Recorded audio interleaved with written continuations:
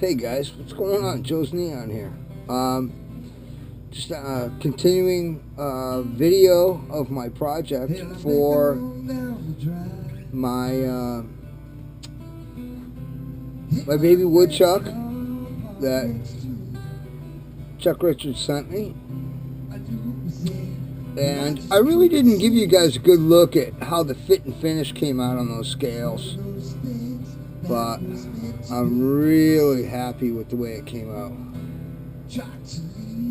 Just wonderful. Beautiful little knife. But anyhow, I'm in the process right now of stitching, and I wanted to show you guys some of that. How the stitching of the leather actually goes. Whatever was meant to be was meant to be. Using a speedy stitcher, I don't know if you guys are familiar with that. Just push it through the leather and it forms a loop on the back side of the leather here. And then I take and I run that right through there, right through that loop. And I work it right to the middle of the leather, right in the center of the welt, and I tighten it. Sorry about the vocals, but you want to get that nice and tight. Keep all your stitches tight. Back through, form the loop, run the thread back through it.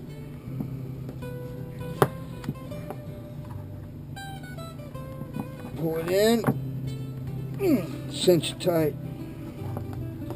You can see how that's coming out there. I'm really happy with the way this wet form sheath came out.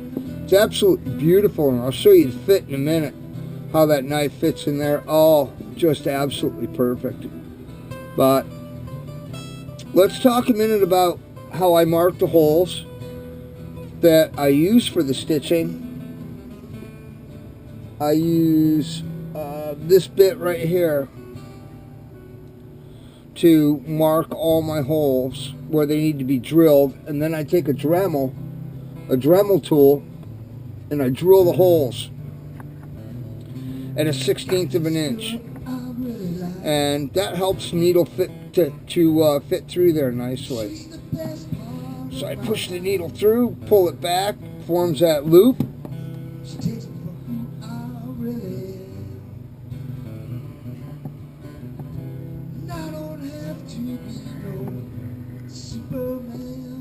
We're listening to my old band Nectar doing acoustic music. Really nice. A lot of good memories there. I like to listen to this music. It was a lot of fun playing these gigs. This was at a place called Bentley's, local to us, and we did a little duo acoustic show. Came out real nice. This was a song I wrote, God, probably 7-8 years ago, called The Edge of Simplicity. And it's just about me and, you know, just being a simple person. The Edge of Simplicity. Good stuff. So I push it through, pull it back, form the loop, run my line through it, a tag end,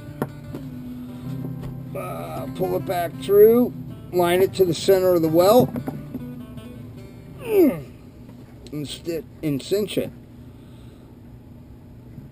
So that looks pretty good. Now I got to the last stitch there. Now what I do is I'll take and I'll pull that right through, and I'll show you how I do this. I grab the loop on the back side with the needle.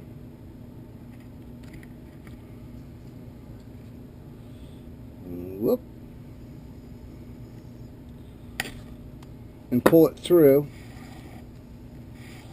Straighten my thread all out. Now I've got both of my end lines of my stitching on the back side of the sheath, and I'll go ahead and tie my knot.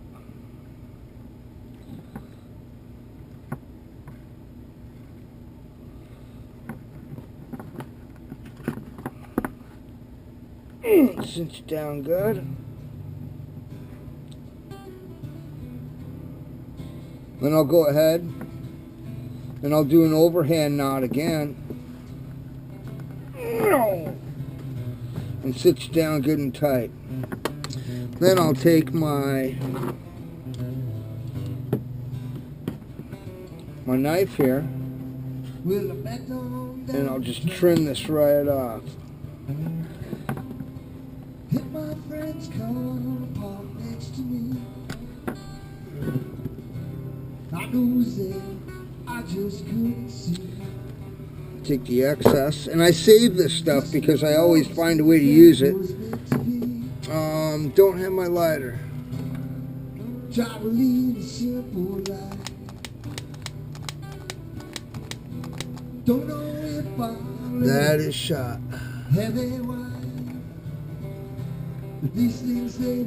Let's see. Do I have matches down here? Huh. Oh dear, what do I got?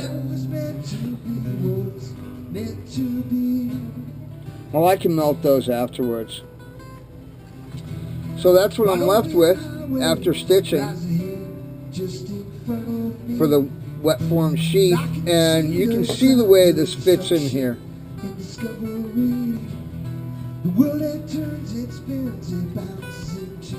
Beautiful. Absolutely wonderful. Really happy with it. My first attempt at a wet form sheath, but it came out great. Very nice. So let's dye it.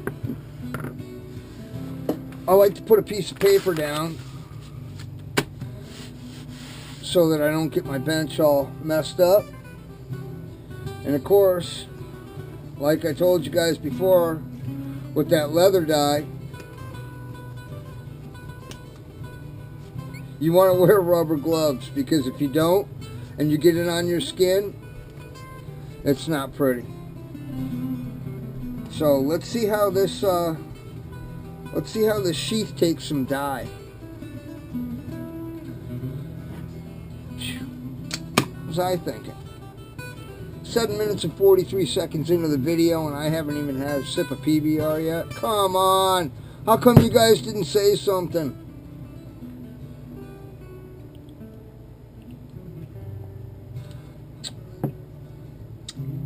Yeah.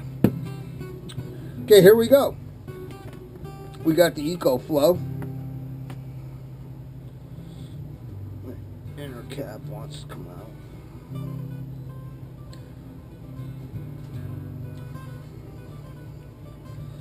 And I use a little piece of cotton fabric. It's really like a cotton towel type rag.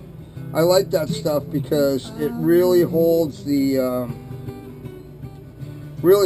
dye. Boy, this has gotten thick on me here. Okay, here we go. Let's start dyeing. You really want to put it on there very generously.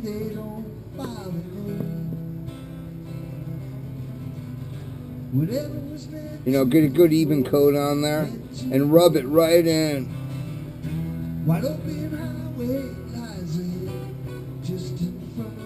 Boy, look at how pretty that welt is now. See that?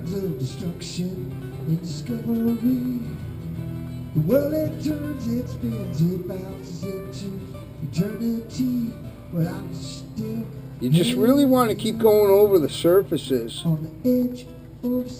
so that they're really well coated and evenly coated. Boy, that's really pretty, huh? Coming out nice. I'm happy with it. I'm going to open a... Oh, this is the one that I've been using. I can see the signs of destruction in discovery. The world it turns, it spins, it bounces into Just really got to kind of flood it front and back.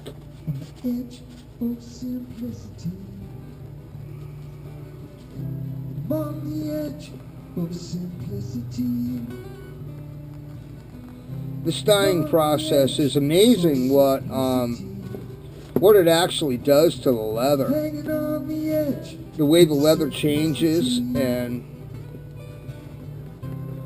all the changes it goes through. It's beautiful.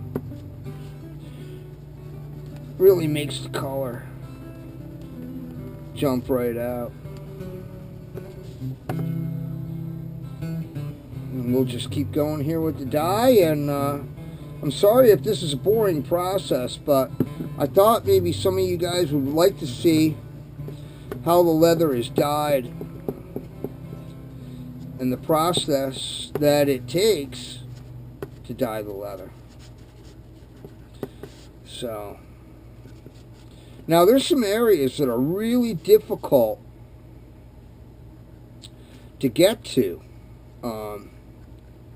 with the rag. You know, I mean, you can do the best you can as far as getting in all the nooks and crannies, but again, we'll just keep... You don't want to let the dye sit too long in one spot, because one area will get darker than the other and rather quick. You want to keep the color uniform across the sheath.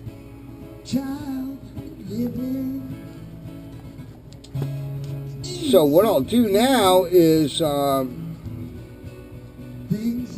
got a good coat of dye on here.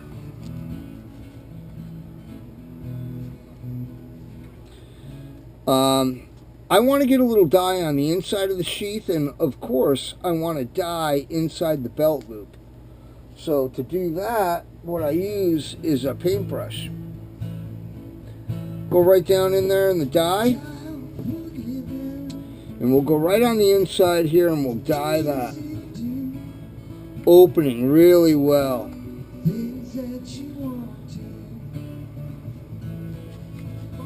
Work that all around in there. Don't let nothing leak, you know, set too heavy. You don't want to leave it too thick. And then we'll dip it again and we'll go in behind the belt loop here.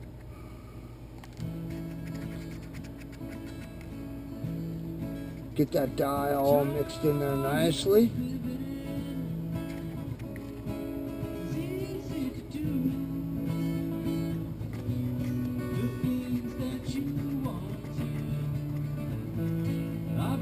That'll work good. I had a little bit of glue overflow. And if you get glue on your leather, it's not good, because it won't accept the dye. And what it does is it leaves a light spot. And it's kind of a bummer. You can see that light spot right here on the sheath. There's one right there, and there's one right there. And that's from wherever the glue was either spilled over onto the sheath, onto the leather, or I've found imperfections like that from the factory.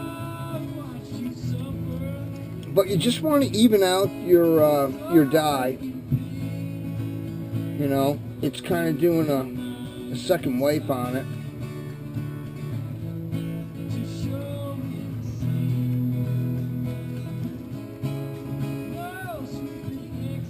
Make sure you get a nice even coat on there.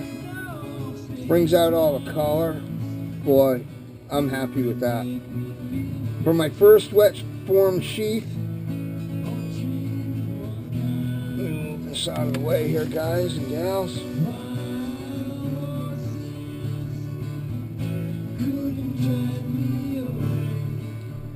That's what you end up with.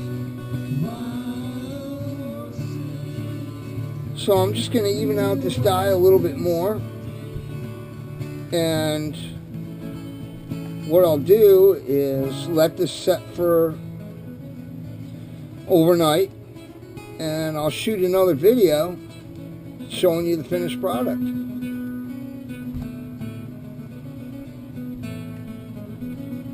I hope you guys enjoyed this whole project. Thanks, Chuck, for making it happen.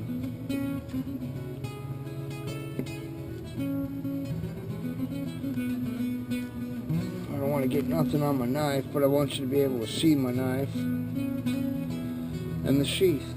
Nice acorn brown. I think that's going to go really nice with that scale material. So there you have it. Anyhow, guys and gals, thanks a lot for watching.